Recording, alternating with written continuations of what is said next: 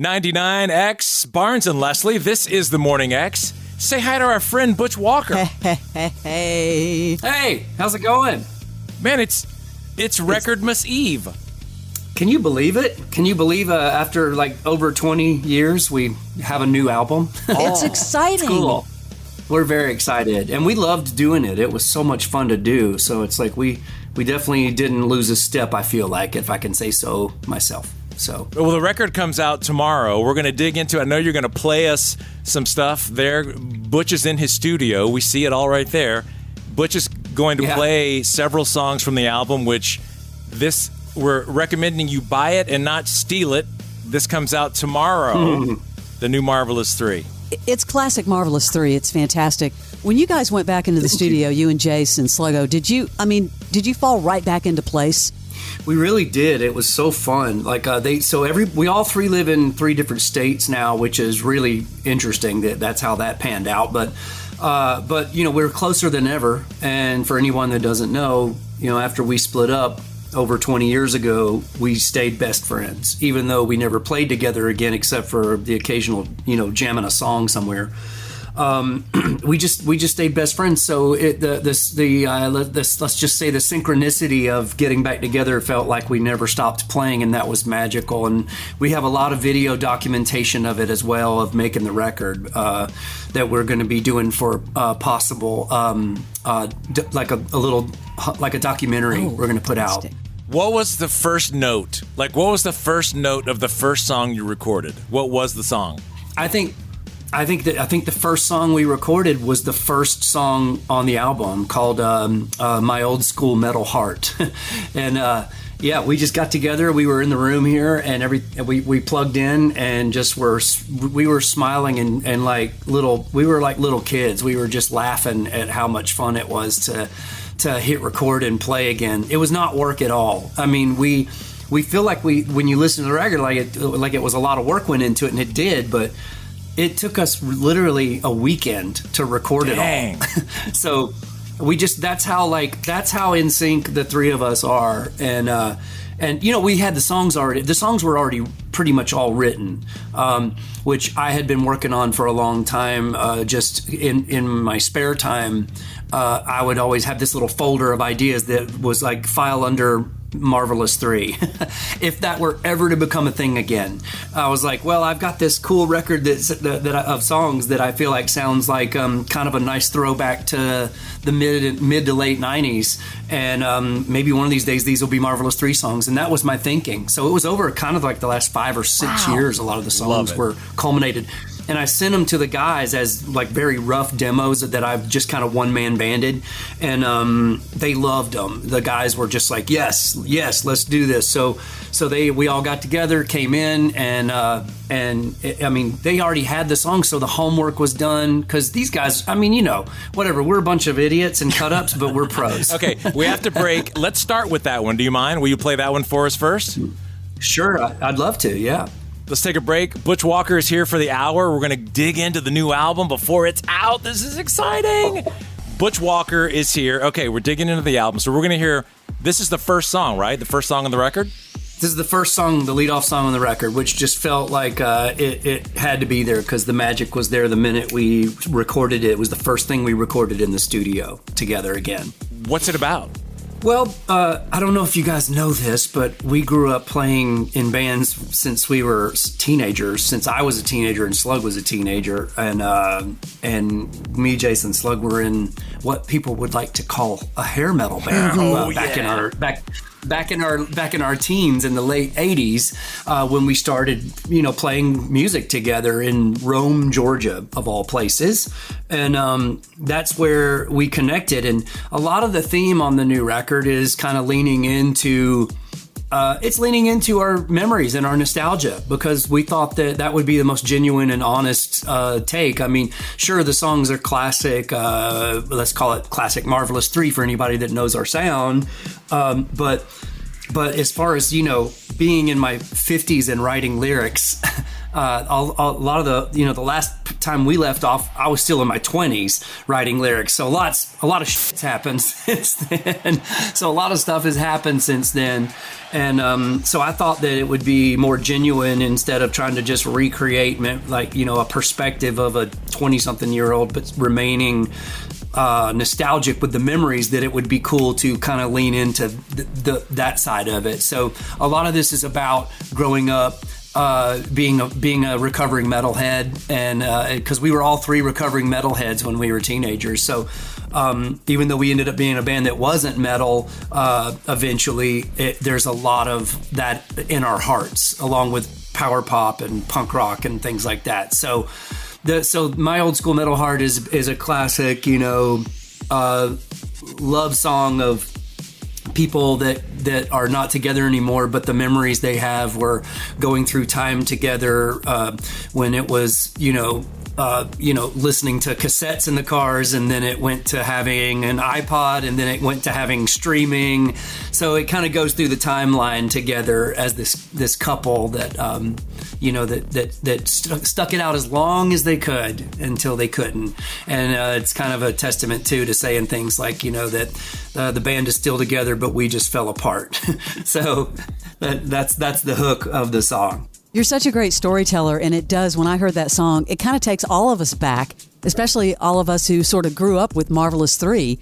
So thank you for that. The song definitely does justice to the history. Okay, I'm not used to having someone else hit the button, but let's play it. My Old School Metal Heart. Now, Butch, when I say 99X, then you hit the button, okay? You know how it works? This is hard going multi-state. So this is a debut, a world premiere, brand new from Marvelous 3, My Old School Metal Heart. The record comes out tomorrow. Here we go, Butch, ready? This is 99X. Here we go. 99X, My Old School Metal Heart. That is new Marvelous 3 from the 4 album. Are you going M4 or are you just going to call it 4? What's the street term? It's M3-4. M3-4. You know? Okay. Yeah. Out. Roman numeral 4, though, which a lot of people might think says IV, and right. And ironically, when you flip the album cover over, by the time people see this and hear this, on the back there's an IV bag. Oh, lovely. There's an IV bag full of blood with the song titles on it. So it's like that's epic. It's actually it's kind of like you can make it what you want it to be. So, but it's our fourth album, though, so that's why we called it that. We are spending the hour with Butch Walker. Butch, people are losing their you-know-what about these sold-out shows, specifically at the Tabernacle in Atlanta. But you guys are doing a live stream, which I think is so cool for the fans. Yeah, we first of all, you know, we had no idea that we were going to sell out one show. We were like, maybe let's play the Tabernacle and see if we can pack it out. And it sold out in 20 minutes, and then we added a second show, sold out in the same amount of time, then a third show. And they just said, you can keep going. And we're like, no, we probably should stop and make sure we're going to be able to survive 3 shows in a row, doing this material again. So but what we did is for these shows that we're doing, you know, because we were so blown away with the response and what we feel is going to be pretty epic, an epic time. We decided to just go full out with our production, and there's going to be 12-foot video walls behind us showing footage from all throughout the years while we're playing all kinds of. I mean, there's going to be pyro, there's going to be snow, there's going to be confetti, there's going to be balloons, there's going to be snow, maybe even clowns. Wow. Yeah, why not? Well, you know, we're a seasonal band, so like we like to celebrate all the seasons, and so we basically said we don't want everybody to miss this that couldn't come. So instead of like somebody filming it on a crappy iPhone video, which there'll be probably 2,500 people there doing that every night, and uploading it won't be the same. And so we decided to bring in a full high definition multi-camera shoot. There's going to be, jibs and all that stuff on the stage. And it's going to be high definition audio, video, and everything of it in real time. and that's going to be able to be streamed to the masses. So we are basically, we're selling a link to the stream on the website, and you can also bundle it with both nights if you want, and do both nights for cheaper. And also, it's good for 7 days, for an entire week after you get it. So if you don't get to watch it, you can also get it and then watch it for 7 days after you've watched it. What a great idea! It's going to be so fun, and it's going to be really cool. So that's a great idea. Let's get back into the record. We were lucky enough, thank you for sending it to all of us to hear ahead of time. I would love for you to play for the people, if you're down with it, "Growing All My Hair Out." Absolutely. Another song that hints at our old hair metal past. And is it like you're saying I'm getting away from metal?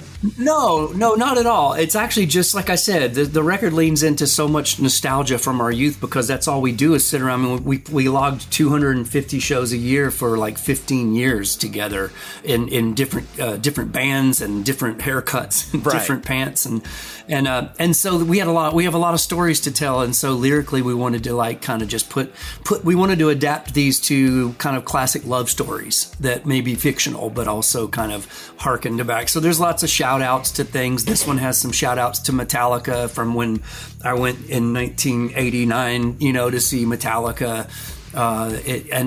Just all these, there's little bits in all the songs pretty much that harken back to that. So, all right, the record is out tomorrow. Butch is playing songs from it from his studio right now. Again, Butch on the button. Here we go. "Growing All My Hair Out." This is brand new Marvelous 3. You're listening to it on 99X. Hit it. Here we go. 99X. "Growing All My Hair Out." New Marvelous 3 M4 is out tomorrow. We encourage you to purchase it and support your local musicians. Butch Walker is spending the hour with us. Butch, with these shows coming up both in Atlanta and Chicago, it's like a drug you haven't taken in so many years, and now you're taking it again. How are you going to get off of it? I don't know. We've already mentioned this to each other many times. We text each other and call each other every day, and because we've got so much cool stuff planned, and this has been exciting for all of us. So it's such a rush that we said to ourselves, instead of booking a tour, and I think it's a good time for me to tell people, because a lot of people are frustrated that we're not turning this into a tour yet. But the thing is I heard the word yet. Wow.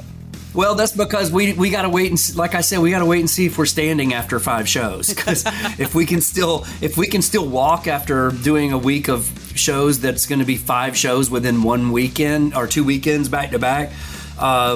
Then after the new year, I know there's other places that want us to come play. We just wanted to keep it limited so that we could kind of test the waters. You don't want to jump in all the way into the deep end, and then all of a sudden it's work and not fun for everybody again.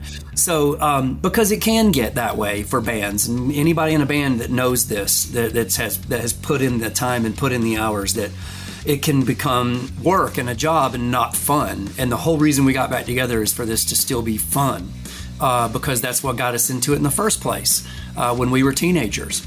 So we're basically going to wait and see what happens with these shows, and then after the new year, there very possibly could be more shows. I don't know. We'll see. I just feel like time has stood still with you guys, because the sound is still there. You're going to have a blast. It's going to be like a crazy adrenaline rush.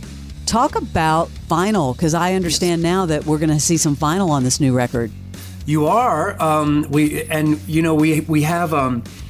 have 2 of our old albums, Hey album and the last album we did, Ready Sex Go. We're going to be having those available. Obviously, Hey album's already on vinyl. And Ready, Sex, Go, I can use this as a chance to say that we are actually planning on possibly putting that one out on vinyl as well. But since we did this one, the new album 4, we knew it had to be on vinyl, because now throughout the years, since we made records back then, vinyl wasn't even an option back then. So that's why we reissued them now, because vinyl's bigger than it's ever, it's back and it's pretty big now. And so we didn't want the 4 album, the new one, to just be only on streaming platforms. Sure. I mean, CDs, yeah, we'll probably do a few CDs, but for the 10 people that have CD players still. But well, hold on, don't leave out the single people either. Oh man, yeah. I mean cassettes, yeah, exactly. A cassingle, yeah, with a long box, yeah. All right, play another one. What are you going to play now? This is a song called PTSD, which stands for Post-Touring Singers Depression, which is a real thing. And this is a song that is basically about us, spending most of our life on the road, that we were, especially in our heyday, and having to come home and just throw yourself back into a normal life, which is not easy. And it's a real thing. People, musicians suffer from this. They come home and have a hard time with the come down. It's kind of like full circle to the question I just asked you about a drug and getting off of it. That's interesting. Yeah. It is a drug. And so post-touring singers depression is a real thing, and bass players and drummers as well. So having to come back and deal with all of a sudden domestic problems, your electricity's not working in one bedroom of your house, or you've got or you haven't seen your kid in weeks and weeks, and all of a sudden they're speaking a new language or grown a foot, and it's it's a real thing, because it can be a very lonely, isolating place to choose this job, where going out and touring the country and the world for your living is a wonderful, wonderful thing, and I'll never complain about how awesome it is. But you do lose a grasp on some realities. So when you come home, you have to center yourself again every time, and it's pretty wild. So that's what this song is about. All right, Butch is playing all these, Butch Walker from Marvelous 3, playing all these songs from his studio outside of Nashville. Here we go, PTSD. It's a world premiere, all hour we've been premiering this. Unfortunately, I know you're going to ask, we cannot put it on the podcast. Sorry, we can't do the music on the podcast, but you can hear it right now. All right, Butch, PTSD, it's new Marvelous 3. You ready to hit that button? This is 99X. There we go, boom. 99X, world premiere of PTSD. That is new Marvelous 3. M4 is out tomorrow. Butch Walker from his studio in Nashville, hanging out with us, playing all these songs. People are recording this, and this is because I hate giving the music away because you guys have worked really hard, but it's kind of part of the game. It's a teaser. Yeah, it's a teaser. We make music to share music. It's all good. Well, the album's out tomorrow. We encourage you to go purchase it wherever you get your music. And as you heard, vinyl is also coming soon. So, Butch, I have seen the response on Instagram specifically, and your posts are great, by the way. I love your posts with your millions of guitars that you have, and you're just having a ball. But what has been some of the craziest responses you've seen from Marvelous 3 fans? Because they are out there and they are losing their about this tour or about these shows. I think it's all incredible that, first of all, it's incredible that they're around and they never left, and that the minute we mentioned it, it was so many comments and so many people that were just, I guess, waiting for that, and that makes you feel good, because you don't know what you're getting yourself into if you might be the only one excited about reuniting your old band to play shows. But the fact that there's people flying in from all over the world for these shows, from Australia, from Japan, from the UK, Europe. I've seen lots of comments of people that are just I'm coming from blah blah blah blah blah blah blah blah, and I'm just wow, this is really cool. It's a cool job. It's such a cool job. It's gotta be. Yeah, I mean, and that's why we never want to phone it in either. We want to give them triple their money's worth. We always thought we did back then when we played shows, and we don't plan on stopping that now. So what I think is amazing, Butch, as you look back in your career, and earlier in the interview you talked about you left off in your 20s and you pick up in your 50s.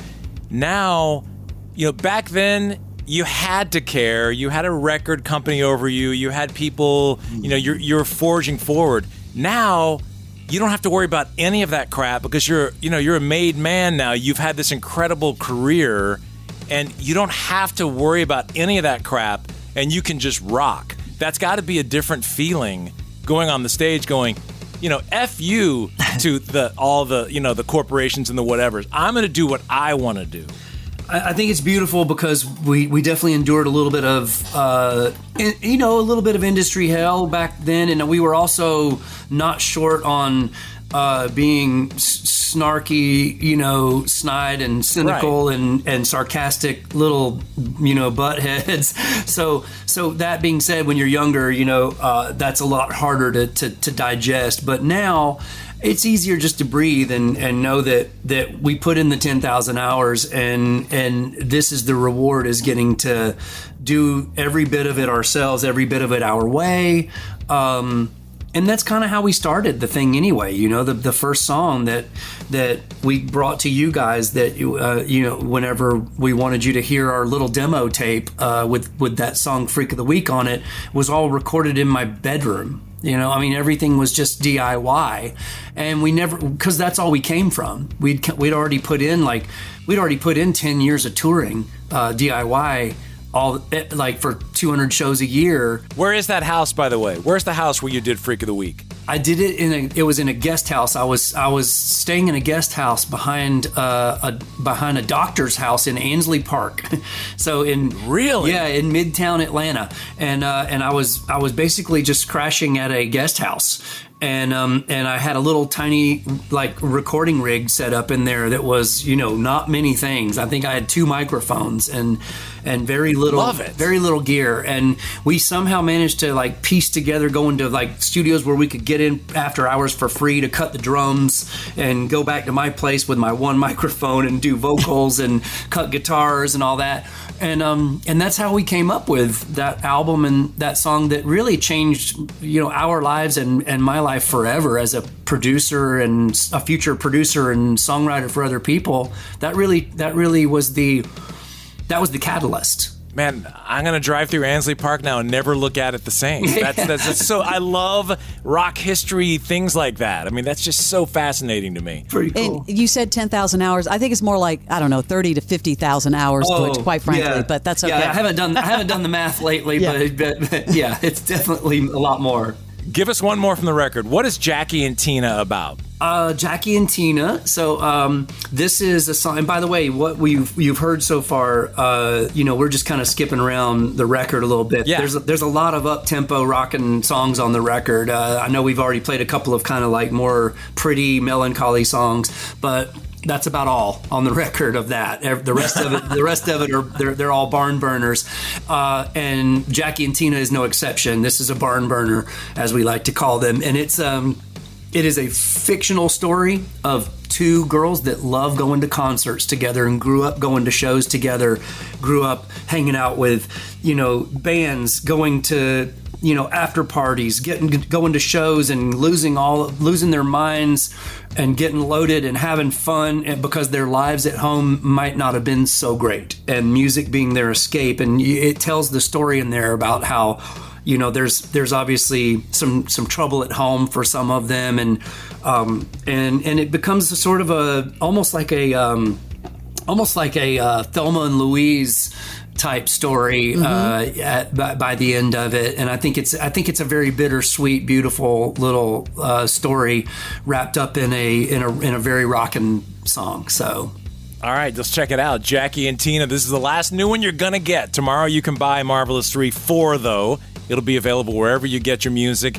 Butch Walker, kind enough to hang out. Let's roll this. Jackie and Tina from the Button in the Nashville studio. Here it comes. This is 99X. Go, Butch. Here we go. 99X, Jackie and Tina. What a journey it is and what a journey it has been. Butch Walker here for the whole hour.